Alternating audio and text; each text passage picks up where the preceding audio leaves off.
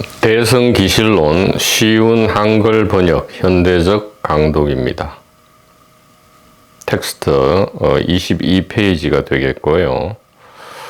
오늘 강독할 내용은 이 공부하는 모임, 종교 모임, 철학 모임, 형이상학 모임, 오컬트 모임 등등에서 진실로 좀 새겨 들어야 될 아주 소중한 내용이 들어 있습니다.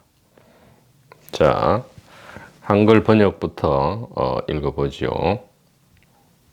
불각이라 말하는 바의 뜻은 진여법이 단일함을 여실히 알지 못하는 고로 깨닫지 못한 사람이라는 생각이 일어나서 그 오해가 있게 되는 것을 말합니다.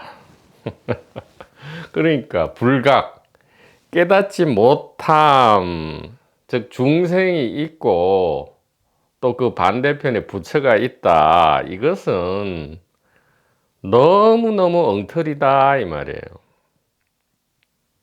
불각, 깨닫지 못함이라고 말하는 바의 뜻은, 즉 깨닫지 못했다라는 것은 무엇을 의미하느냐? 진여법이 단일함을 여실히 알지 못하는 거로, 그러니까 진실이 하나다 이 말이에요. 하나다는 말은 사실은 매우 무서운 말입니다. 모든 쌍으로 이루어지는 모든 것, 즉 이원성을 철저하게 부셔뜨리는, 어떻게 보면 사람의 인정에 부합하지 않는 잔인한 것이다. 사람이 볼 때는 잔인한 거예요. 이원성을 깨트려 버리는 것. 단일하다 이 말이죠. 진실은 단일하다. 진여법은 단일하다. 단일 의식이다 이 말이에요. 이 단일 의식에 대한 지식이 없는 고로 깨닫지 못한 사람이라는 생각이 일어나서 그런 오해, 즉 착각이 있는 것을 말한다. 깨닫지 못한 사람, 이것은 착각이고 오해다 이 말이에요. 제가 지어낸 말이 아니다 이 말이죠. 지금 단일의식이라니까 그것은 그 밥통 스피커 네가 지어낸 말 아니냐? 아니다 말이에요. 여기 분명히 대성기실론 원문에 보란 말이죠. 부지 진여법 1 알지 못할 뿐이다 이 말이에요. 그러면 알면 되잖아요. 부지로 인해서 불각이 일어나니까 깨달으려면 뭐를 하면 돼요? 알면 된단 말이에요. 그러니까 무슨 수행, 고행, 체험 그런 얘기가 아니고요. 그냥 올바로 알기만 하면 된다 이 말이에요. 부지 무엇을 모르기 때문에 온갖 오해와 이렇게 했단 말이에요. 불각이, 그러니까 깨닫지 못하는 것은 그냥 모르는 거예요. 뭔가를 모르는 건데, 뭔가를 모른다는 것은 진실, 진여법이 하나인 것을 모른다 이 말이에요.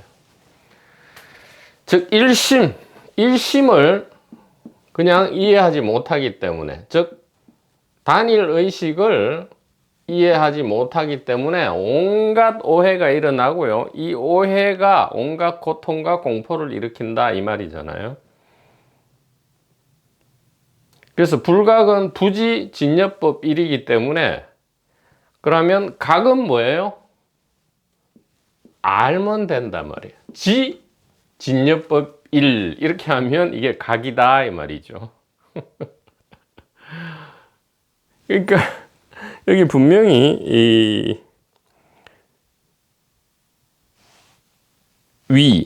무엇을 불각이라 하는가? 부지 진여법 1고 이렇게 했단 말이에요. 고 진여법이 하나인 것을, 즉 단일한 진실인 것을 모르기 때문이다 이 말이죠. 모르기 때문이다. 모르는 것이 이유다. 이렇게 부지진여법 1고다. 이렇게 분명하게 이야기를 하고 있습니다. 그래서 밑줄을 쳐놨어요. 모르는 것일 뿐이다 이 말이에요. 그러면 이 가리킴을 보고, 이렇게 손가락에 가리킴을 보고 보기만 하면, 알기만 하면, 듣기만 하면, 즉 의식이 여기 있는 게 아니고 바로 이거다 이렇게 가리킬 때 알기만 하면, 그 이거다 하면 어디 있어요? 어디 있는 게 그냥 이거란 말이에요. 이거 지금 전체 다 이거란 말이죠. 이렇게 알기만 하면 불각이니 시각이니 본각이니 이런 게 다 필요 없단 말이에요.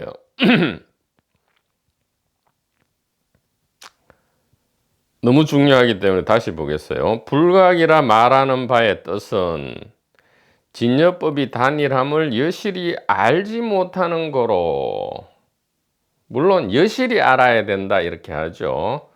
부지 이 여실지 진여법 1고, 여실하게 안다 이 말은 깊이 이 숙고해서 기존의 오해가 명확하게 드러나야 된다 이 말이죠. 기존의 오해가 명확하게 드러나야 된다. 여실히 알지 못하는 거로 깨닫지 못한 사람이라는 생각이 일어나서 그 오해가 있게 되는 것을 말합니다. 그러니까 깨닫지 못했다, 이것은 오해다 이 말이죠. 그러면 깨달았다, 이것도 더 오해죠. 깨닫지 못했다가 오해라면 나는 깨달았다, 이것 또한 엄청난 오해다 이 말이에요. 그러니까 금강경에 어떻게 중생이 부처가 됩니까 했더니 언뜻 들으면 엉뚱한 답을 하지요. 어떻게 중생이 부처가 될까요 했더니 이 모든 중생이 다 구제되고 났더니, 즉 모든 중생이 다 부처가 되고 난 뒤에 보니까 한 중생도 부처된 중생이 없더라, 이렇게 반전의 대답이 있다 이 말이죠. 자, 그러나 오해는 스스로의 모습이 없어서 본각을 떠나지 않으니 마치 헤매는 사람이 방향 때문에 헤매게 된 것이므로 만약 방향을 떠나면 곧 헤맴이 있지 않음과 같다. 자, 이 말도 기가 막힌 말이죠. 자, 오해란 것은 본래 있는 것을 착각한 거죠. 그러니까 진실과는 아무런 상관이 없죠. 진실은 늘 진실 그대로 있고요. 오해가 일어났다가 이해했다가 오해했다가 이렇게 왔다 갔다 하는 거죠. 그러니까 이 진실은 늘 진실되고요. 오해, 이해, 이것은 마치 그림자처럼 존재하는 것이 아니다 이 말이에요.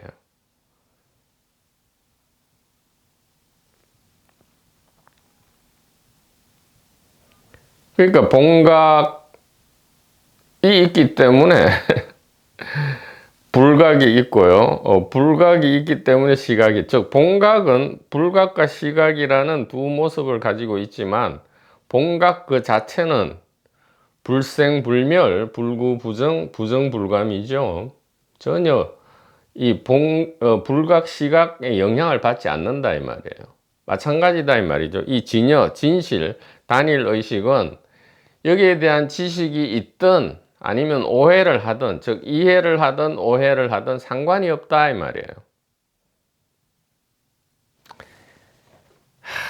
무슨 말이냐 하면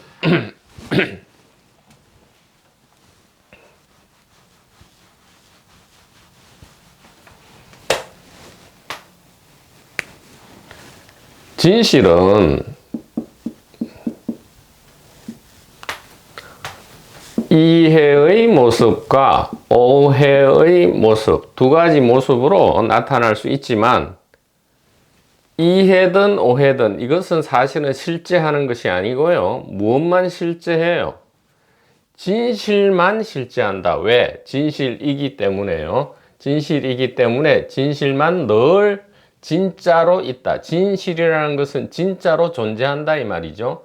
진짜로 여실하게 존재한다. 이것만 진짜로 존재하지, 뭐 이해를 하든 오해를 하든, 사람이 이해를 하든 오해를 하든, 원숭이가 이해를 하든 오해를 하든, 고양이가 이해를 하든 오해를 하든, 개가 나중에, 반려동물이 나중에 자기 인식을 해서, 혹은 인공지능이 자기 인식을 해서 진실을 이해를 하든 오해를 하든 상관없다 이 말이죠.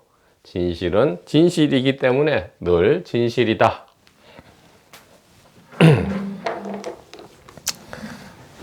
그래서 오해는 스스로의 모습이 없어서 독자적으로 존재할 수 없는 거죠. 즉 가상의 임시 설정이다 이 말이죠.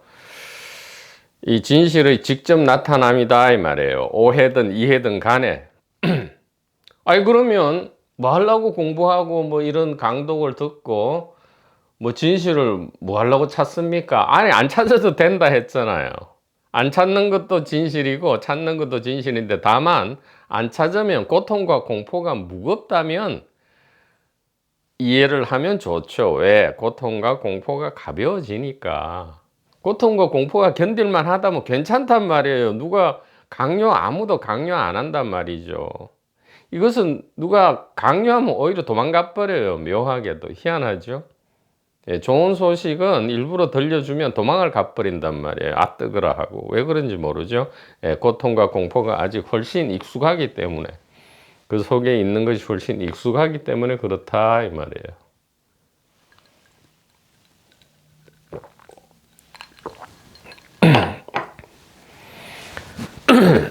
자, 중생 역시 이와 같아서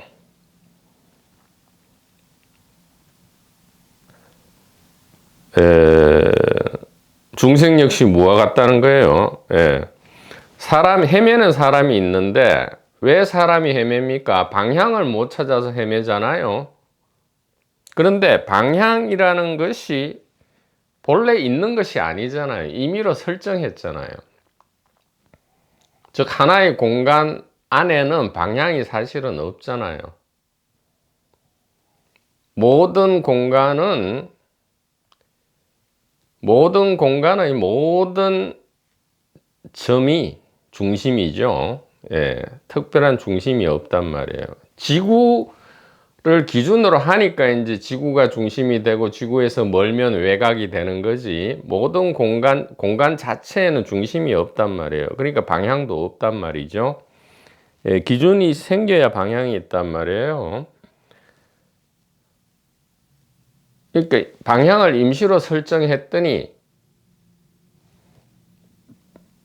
헤맴과 헤매지 않음, 방황과 깨달음이, 윤회와 해탈이 가상으로 역시 설정되어 나오는 거죠. 방향이 임시로 설정되니까 깨달음과 깨닫지 못함, 헤맴과 헤매지 않음, 윤회와 해탈이 역시 임시로 설정되어 나오는 것이다 이 말이죠. 그래서 거기 카를로스 카스타네다의 기록 중에 이 자각몽 부분에서 누가 묻잖아요. 자각몽 안에서 묻습니다. 꿈으로 가려면 어느 길로 가야 됩니까? 모든 길이 올바른 길입니다. 전체가 꿈이죠. 예, 전체가 꿈이면서 동시에 꿈꾸는 자입니다. 꿈속에서 꿈꾸는 자를 찾습니다. 그것이 진실이니까요. 꿈의 내용은 가짜고 꿈꾸는 자가 진실이니까 그렇게 묻는 거죠. 꿈꾸는 자를 찾아가려면 어디로 가야 합니까? 모든 길이 올바른 길입니다. 이렇게 하죠.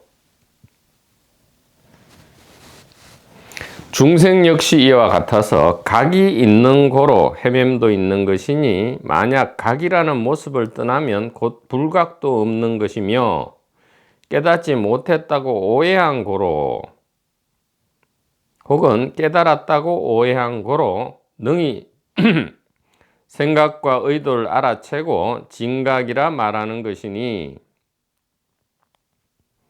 만약 깨닫지 못했다는 오해를 떠나면 곧 말할 만한 진각 스스로의 모습도 없다.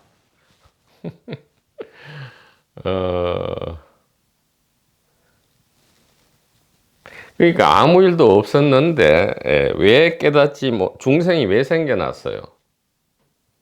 부처라는 것이 설정되니까 느닷없이 중생이 생겨나죠. 그러니까 해맑게 아무런 생각 없이 자유롭고 유쾌하게 생사를 왔다 갔다 하다가 누군가 깨달음이라는 게 있어, 깨달은 사람이라는 게 있어 이러고 보니까 그러면 나는 못 깨달은 사람이네 이렇게 돼버린단 말이죠.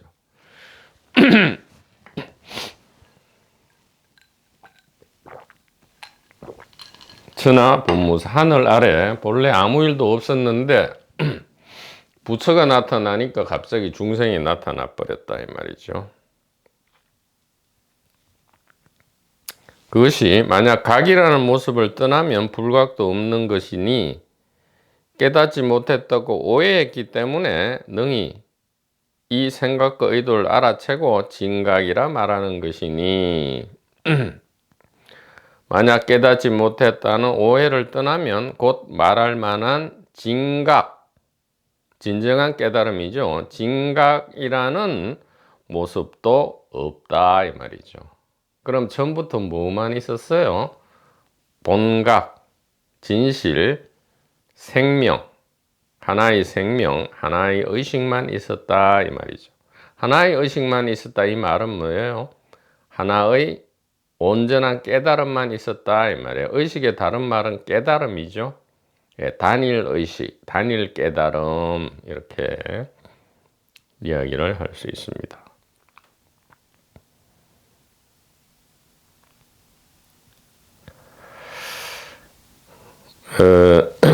그래서 진여법이 단일하다 이것은 일체 모든 세계가 다 깨달음 그 자체다 이 말이죠. 이 모든 세계라 하는 것은 이 물질 육체 세계, 아스트랄 세계, 멘탈 세계, 단일 의식의 세계. 일체 모든 세계가 다 깨달음 자체다. 즉 의식 자체다. 이렇게 이야기하는 것이 진여법 1이다 이 말이죠. 진여법 1이다. 이것이 법신이다 이 말이에요. 이것이 법신이다. 자, 23페이지입니다. 한글 번역 보겠습니다.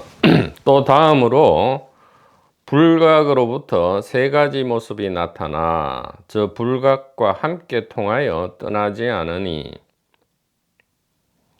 무엇이 세 가지인가? 첫째는 무명업상이니 불각에 의하는 고로 마음이 움직이는 것을 업이라고 이름하여 말한다. 이해하면 곧 그치고 움직이면 고통이 있으니 결과가 원인을 떠나지 않는 까닭이다. 둘째는 능견상이니 가상 주관의 움직임 때문에 개인 관점으로 보는 것이며 움직이지 않으면 개인 관점으로 보는 것도 없다. 여기서 움직이지 않는다는 것을 그럼 개인 관점을 없애라 그런 말이 아니에요. 여실하게 알기만 하면 된다 이 말이에요. 개인 관점도 진여법 하나의 진여법이고요. 개인 관점이 아닌 것도 하나의 진여법이다. 이렇게 알기만 하면 된다 이 말이죠. 셋째는 경계상이니 주관에 의하기 때문에 객관세계가 가상으로 나타나는 것이니 주관을 떠나면 객관도 없다. 이렇게 번역할 수 있겠습니다. 자, 불각의 세 가지 모습을 지금 이야기하죠. 깨닫지 못했다는 세 가지 모습. 자, 불각이 앞에서 왜 일어난다 했습니까? 깨닫지 못했다라는 오해가 일어나는 거죠. 이것을 더 현대적으로 이야기하면 내가 개인으로 있다. 즉, 의식이 몸 안에 있다. 개별의식, 개별영혼이다 라고 오해하니까 이것이 세 가지 모습을 나타낸다. 즉, 바로 우리의 이 상식적인 세계가 나타나는 거죠. 무명업상이 나타나고요. 능견상이 나타나고요. 경계상이 나타난다. 자, 무명업상은 뭐예요? 12연기에서 생사고통을 가져오는 제1원인이었죠. 무명, 밟지 못한다, 밟지 못한 업이 일어난다.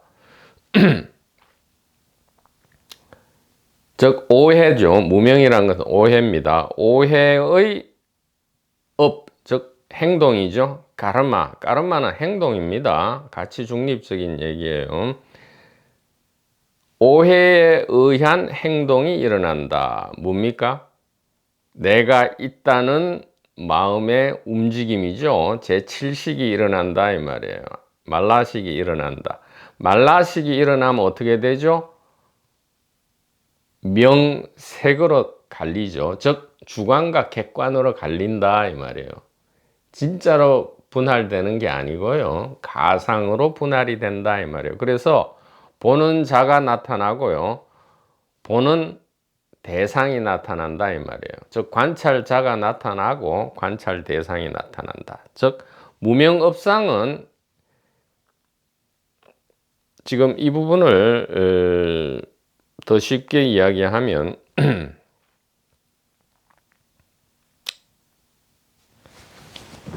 이렇게 됩니다.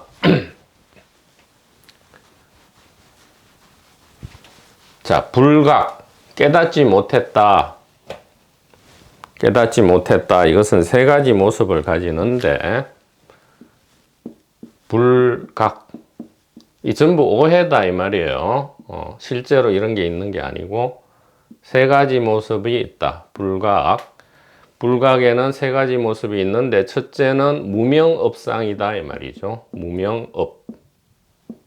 무명업의 모습이 있고요. 그 다음에 능견상이 있고요. 그 다음에 경계상이 있다 이 말이죠.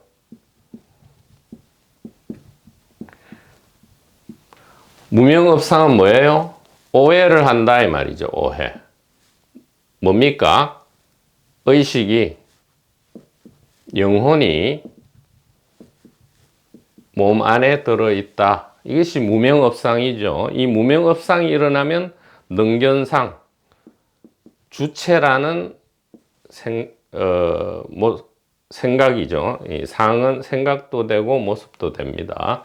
내가 주체라는, 개인이 주체라는 모습, 생각이 일어나서 이것이 관찰자가 되고요.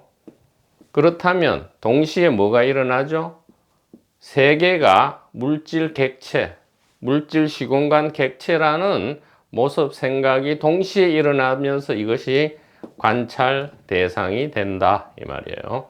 그러나 관찰 대상도 임시 가상이고요. 관찰자도 임시 가상이고요. 의식과 영혼이 몸 안에 들어있다. 이것도 엉터리 가상이다 이 말이에요. 진실은 늘 변하지 않는다 이 말이에요. 진실 자체는 늘 진여법은 하나로서 변하지 않는데 그것은 무엇입니까? 하나의 의식이다. 단일 의식이다. 이 모든 것은 단일 의식이 펼치는 1인 다역의 장엄한 생명 축제의 연극이다. 자기 사랑의 연극이다. 이렇게 이야기를 할 수 있겠습니다. 그래서 개인 가상 행위자를 진정한 행위 주체로 여기면 그 생각을 원인으로 온갖 세계의 모습이 결과로 나타난다 이 말이죠. 예. 행위 주체로 여기면.